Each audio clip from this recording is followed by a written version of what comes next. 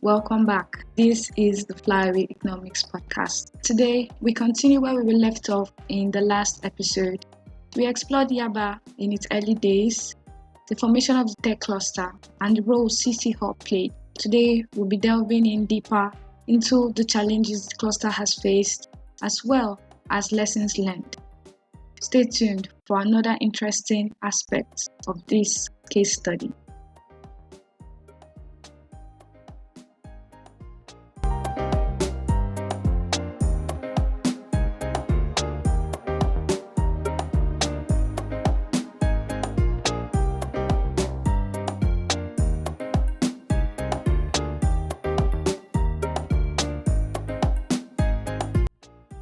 All right, so it's good to hear how it all started to come together and get momentum. So we know about MainOne, the cable company, how they were able to start getting that fibre optic cable into Yaba. We know about the role that CcHub itself is playing as an incubator of businesses and a producer of new businesses, and how that pipeline of talented young people coming into Yaba from the educational institutions makes it a very good location for business to set up, and we start seeing other tech businesses coming into that area. Okay, so that all sounds good.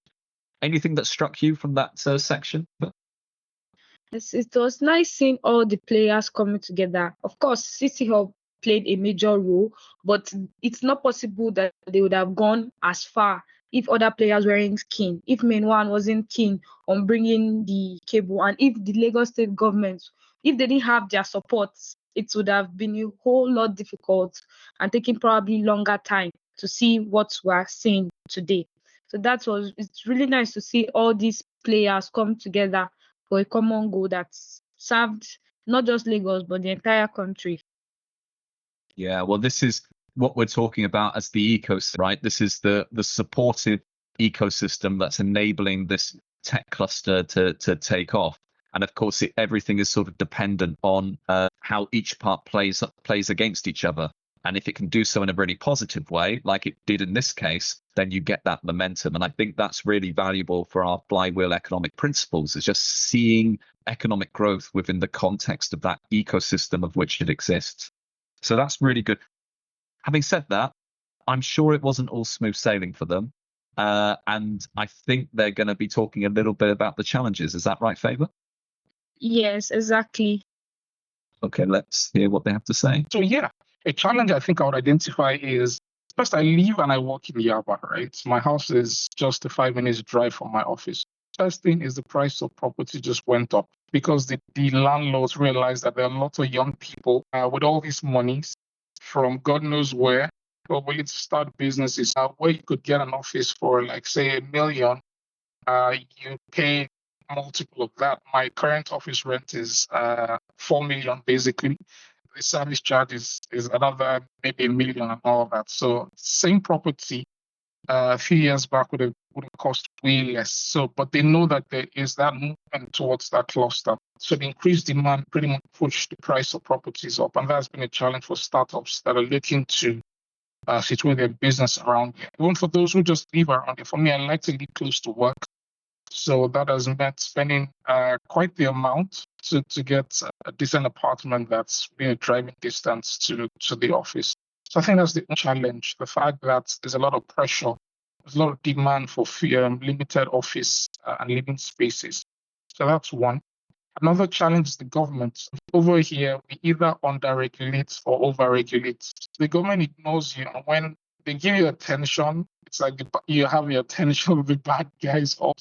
So you have all kinds of taxes, really, from the local governments. You have all kinds of taxes, because they know that you young people, it looks like you have money, so we want some.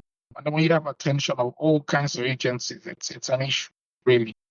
I think those are the challenges that I've identified with the cluster here in Yaba.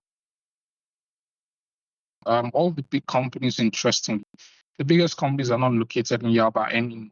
Flutterwave is based, the headquarters is in Lekki, the island part of Lagos. Stack is in Ikeja, far from Yaba, actually, even though the early days, I think I knew a lot of the founders used to come around, used to hang out at the CCO back in the day. So, but then there's a challenge of physical space. The more floor space you would need the more likely you are to leave Yaba, because it just looks like there isn't a kind of, there's only so much space that's available in Yaba. But the challenge also is that the lot sizes in Yaba are very, very small. It carries the, these old, the English feel of, building small lot sizes. So a lot of people couldn't get the kind of square size that they want, square space they want. And so as you moved along, people preferred to maybe sometimes move closer to the business or to the market in Victoria Land or Lekki, or just went back to Ikeja and like Paystack and the rest. So things started to evolve a little bit. And still, infrastructure is still a problem. I mean, it's great space, like I mentioned, built with some level of congruence and structure in terms of the lot sizes are well arranged. But I feel a few things I feel. Number one, I don't like the fact that the infrastructure has not been upgraded as it should be. One of the biggest gains in the early days, I mean, all the glory to CcHub and the Lagos State government was to convince MainOne to bring a fibre right into the heart of Yaba, and that also gave easier access or fast internet. BudgIT still uses MainOne to benefit from that in some sort of way, but you want a wider infrastructure that way. You want an hospital, you want a proper education system. I mean, we expected that by now there should have been a way to bring the strength of CcHub and BudgIT and link that up with the educational system within that neighborhood. I don't think that has happened seamlessly as it should have been. A lot of people in Unilag also found benefit in visiting, coming to CcHub in the very early days. I expect maybe like even Unilag will have become like this tech hegemony, I mean, in terms of in Nigeria, but I don't think they've been able to find that. And so I feel we've still not been able to achieve that dream of influencing the education system as we should have in a way. But I think also there's also challenges around infrastructure that makes it a living space for tech, for the tech ecosystem. A lot of people will still live far away, move to Lekki, move to VI, but they just come back to working there.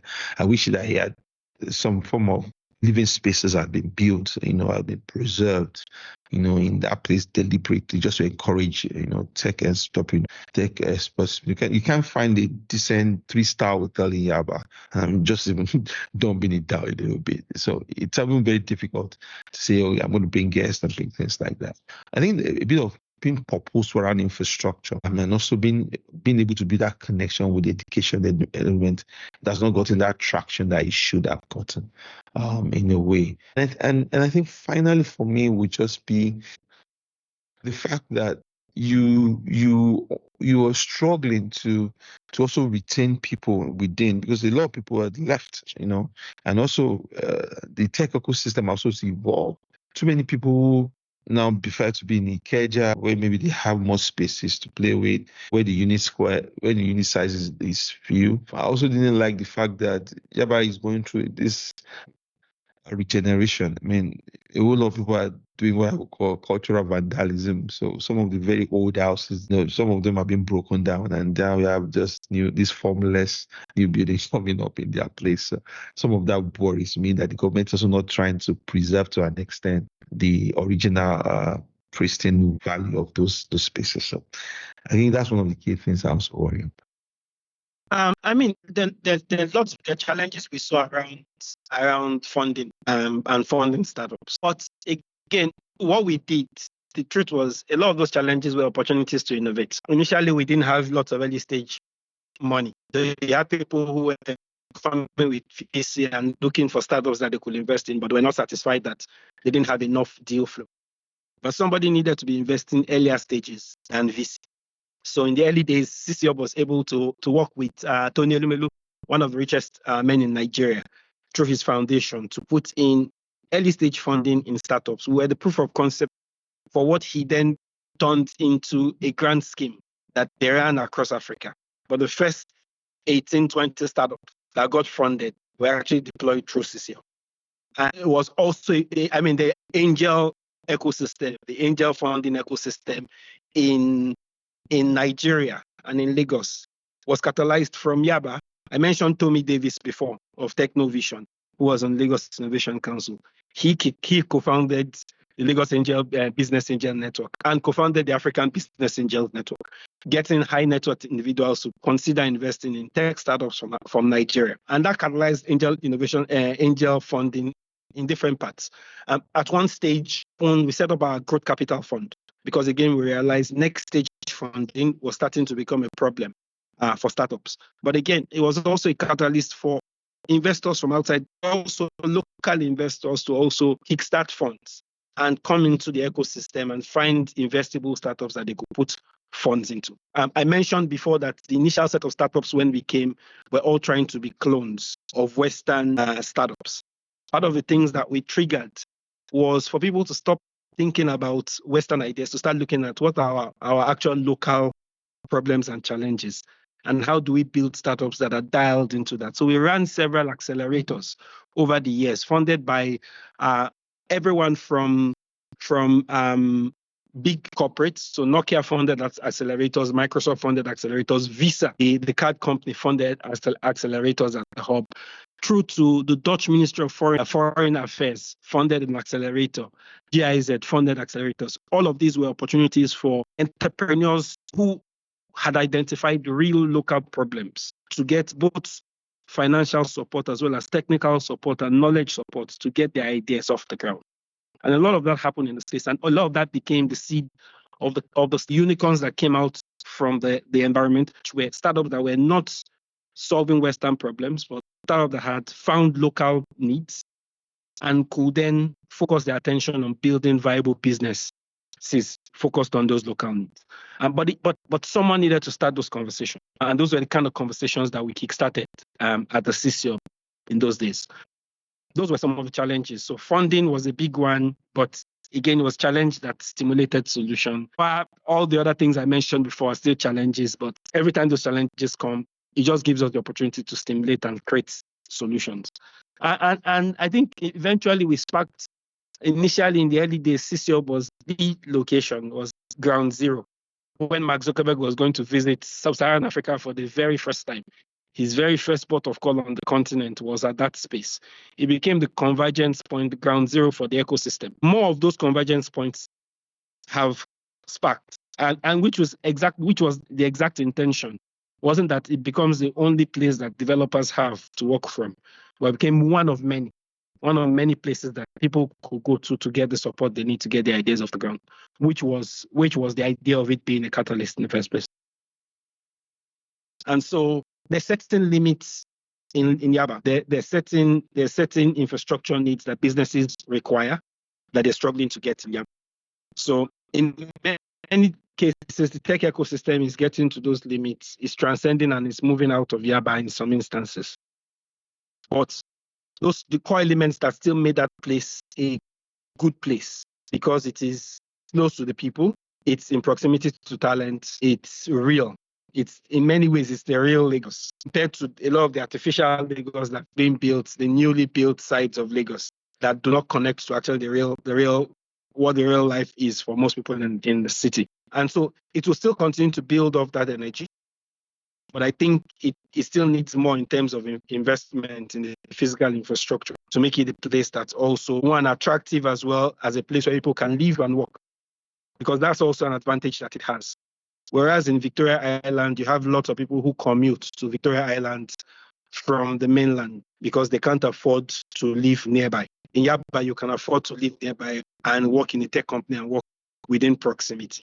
But at the same time, you also need to build things like restaurant infrastructure, leisure infrastructure, things that would actually make the place a good place for someone that wants to live there, where you don't feel like, I have to leave the neighborhood where I live for entertainment. So if it's going to be a good place where people are working and living in, then it needs things there that would also make quality of life, fun for them. Which is also part of why we're really excited that our founding CEO is now in charge of the digital economy of Nigeria, which means a lot of the ethos that started CcHub, that started that ecosystem in Yaba, is going into government and hopefully can then scale the work to make Nigeria a technology hub within the continent. And things that were constraints that we couldn't fix when we were outside government, potentially now with him in there, there's opportunity for us to influence a lot of those things? Okay, clearly there are challenges. It's not all a fairy tale in Yaba, but it does strike me favor that some of these challenges are, the challenges you get when you're a victim of your own success, right? Things like the property prices going up and, the squeeze on some of the infrastructure and all the rest of it. It does feel like these are challenges associated with success that you might find in, Silicon Valley or anywhere else where there's a boom sector. Yes, I love the way you put it, when you become a victim of your own success. So yes, somehow it feels like it could be a good challenge. And that was what one of our guests, Femi Longe, was actually pointing out, that for him, challenges have been a point for innovation. And that was his emphasis, that despite the fact that Yaba had so much or has so many challenges, it can still serve as a platform for more growth and innovation. Yeah, no, absolutely. One thing that Nigeria does not lack is challenges. And that's also, as you say, probably the flip side of that is why there's so much innovation that comes in and so many wonderful workarounds that are developed. So, lessons learned. Let's go to some of our guests and see what they feel are the lessons learned and the future. One is community is important. Community is everything. It's very important to build a community, to also build a vision around the community, missionary community. One of my biggest joys from CcHub was the early stage. People came together to build things. They built maps, and there was even a time CcHub was building a map of like a cluster, with the Yaba cluster in some sort of way. I felt like, because nowadays everybody wants to build things for money. The social imperative, like a social collective of developers, visionaries, generalists, you bring that up together with like engineers. People came together to build incredible stuff. Like BudgIT had this what called the Budget Cut app that was built in the early days of BudgIT, and it was built by the Yaba community. It allowed people to make adjustments to the budget and share and tweet in that period. So that was built by the Yaba over just a weekend. And so I believe that for those who want to build those tech clusters, building a community is extremely important. And the other thing is also the public institutions have to also key into that vision, because you could see we have a finance cluster in the marina down to like maybe down Victoria Island. We have a printing cluster in Shomolu in Lagos. We have some maybe tel clusters, maybe if you look at that in Ikeja. It's also very important that government should have been more deliberate to protect, like we want to build something out of Yaba, and maybe there's a huge plot of land in the railway compound that could have been built into some nice looking living spaces for young people who wanted to be and wanted to stay there. But there was no linkages to those visions. It wasn't deliberate enough. I think to some extent Fashola tried, Governor Fashola, but I think afterwards it looks like nobody was bringing those points together anymore. So it's extremely important. I also think some of the things that didn't work was that funding. So if we had gotten maybe like a major VC also sit in Yaba, maybe people have much more, maybe like being like a magnet, attract people to say a VC can walk through your 4 doors round and check what's happening in your startup. But as you get, most of the VC companies also began to think of Ikoyi, and began to think of Victoria Island. So I feel like once those things once the financing part also was not coming around as it should be within the environment, I'm like, what you get in Silicon Valley, then it became a problem. People now started feeling like, I could also be at my office in Ikoyi, I could have my office in Ikeja, different way. I still believe that maybe not as the vision was, maybe not what it was in the beginning, but I still believe that if you could still want to plot like where you have the largest concentration of tech startups, tech organizations, you're still going to find it in Yaba. Okay? But I don't think the community is as strong as it used to be in this episode. It's a very possible, but it's just that Nigerian leadership lacks vision and courage. So and we're governed by too much short-termism, because no matter how much you look at it, Lagos State has benefited from that relationship. We've created an organization, even though we're non-profit, we're still bound to pay payroll taxes. And you could imagine different organizations that spawn out of the Yaba, that what Andela did with thousands of employees and fellows, Flutterwave is doing, or what Paystack is doing, what OP is doing, the different people. So I could imagine that a state government could have looked at, I have an education system. I do have the opportunity to to become a second tech city.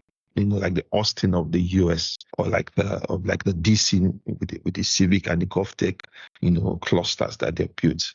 I could become the second city and I would just build it around same vision for Yaba. I would look at where my education cluster is. I always imagined that was going to be part of, where my education cluster is.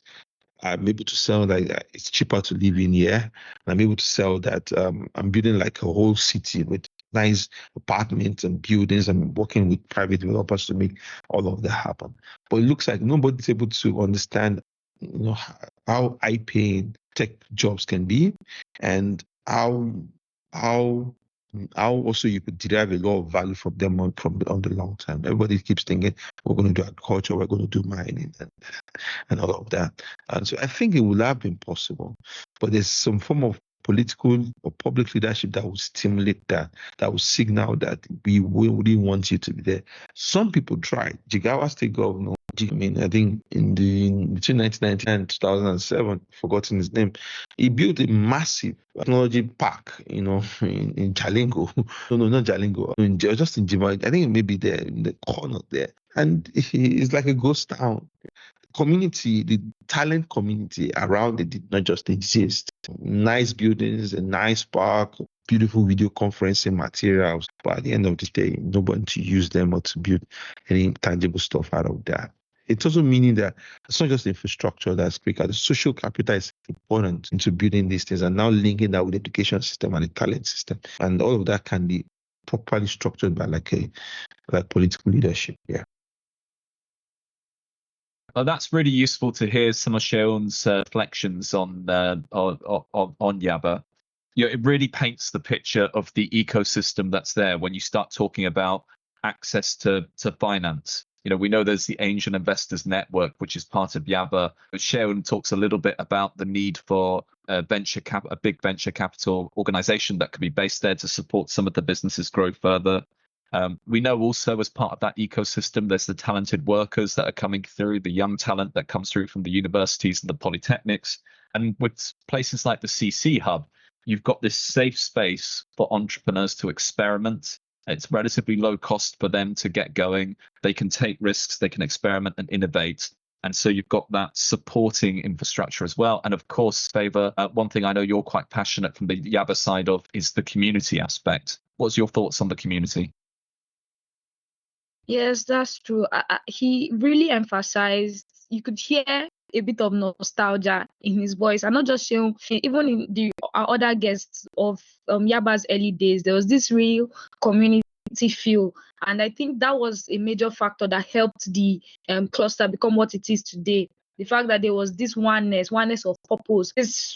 There's kind of a call to go back to those days, in the sense that community is important for growth. Like, it should be, we are in this together, not everybody looking out for themselves. That's what makes clusters work so well.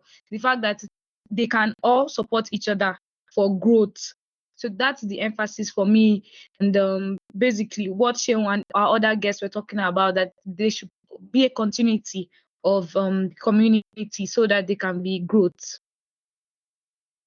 Yeah, I mean, it's also good to think about the 2016 moment when Mark Zuckerberg visits Yaba, right? Because in a way, that's a defining moment for them. Not saying that Mark Zuckerberg visiting was crucial in the whole story, but it does kind of mark this end of a phase where you've got this very, he's going to CcHub and he's seeing the wonderful work they're doing there. He's going to Andela and he's actually investing in Andela on the back of this. And of course, then what happens is Andela moves out from the Yaba Tech, from Yaba, and it moves into a new premises. And you get people in the media who start seeing that as a failing for Yaba. They start saying, well, is this the end of Yaba as a tech cluster? Is this the end of all of the good things that have been put together? And I would argue, absolutely not. This is actually another sign of success that you would expect to see, right? The infrastructure from Yaba isn't there for the big corporations, the bigger scale size of things. What it does really well is it's this powerful catalytic incubator for business ideas, for entrepreneurs to get their ideas going. And of course, there comes a natural point where they move out and move on from Yaba. And I think that's testament to Yaba's success as a cluster. And look, it's an ecosystem, and that's what we're really focused on with Flywheel Economics is looking at the economic ecosystems at which these businesses operate. And it's not perfect. There will be challenges. There are things which will constrain the growth of those businesses. But I think what we do see with this economic ecosystem in Yaba is it's a good enough ecosystem, and in many dimensions, a very strong ecosystem that it can allow these good things to grow. And I think that's why, we see the growth of startups from 10 startups back in 2013 to less than 10 in 2013, up to over 100 registered startups now in Yaba. Right, that's really successful story. So I think there's really good things to learn from that. I think maybe also unpacking a bit favor. So I think the idea that you had all these entrepreneurs trying to solve social problems, right? These weren't necessarily motivated, profit-seeking organizations. They were focused on solving specific social challenges, Yeah. and I think that's quite a powerful driving force for it. Certainly at that beginning, because people can get very passionate about trying to solve those problems. But I think also what that enabled, when you had credible people like Oluseun Tijani, Femi Longe, you had people that could say, look, we're trying to solve social problems. We're trying to solve all these. We're trying to find innovative ways around these things. They were able to get a compelling pitch that enabled different organizations, the government, others in the ecosystem to back them and to back what they were trying to do. And I think that would have been less possible had it been that all these tech startups were all very, trying to be the next Uber or trying to be the next Facebook or whatever. The fact they had a very social mission made it a more compelling prospect to invest in. Yes, exactly. And I think another point I would just like to take up was the fact that there was a lot of research done.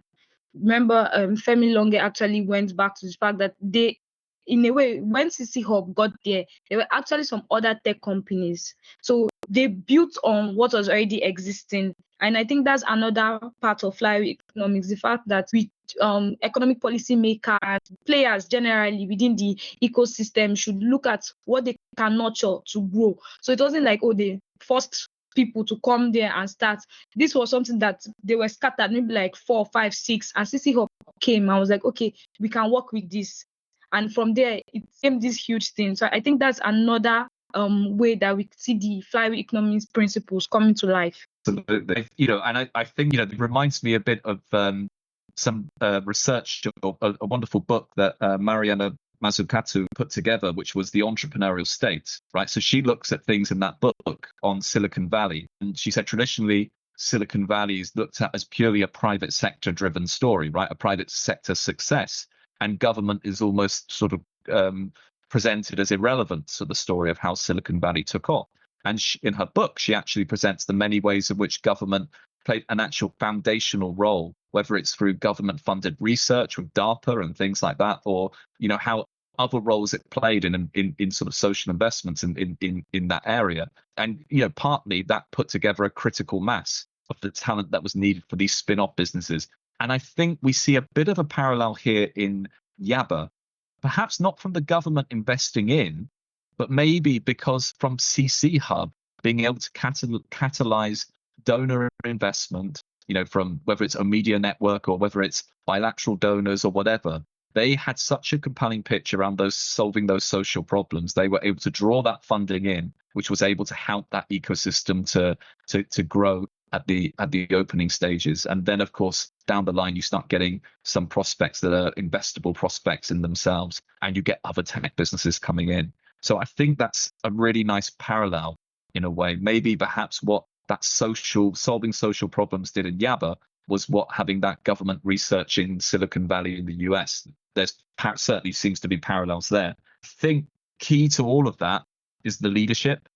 So thinking through the role that Oluseun Tijani and Femi Longe played in all of this, because you had to be credible, right? If to go from what started as hackathons, which is basically competitions, to then having a base within Yaba, a permanent base, where an incubator, and then to start growing that with the infrastructure, with the MainOne cable. you've got to be credible and you've got to have a vision, and a vision that people buy into and back. And they were able to do that.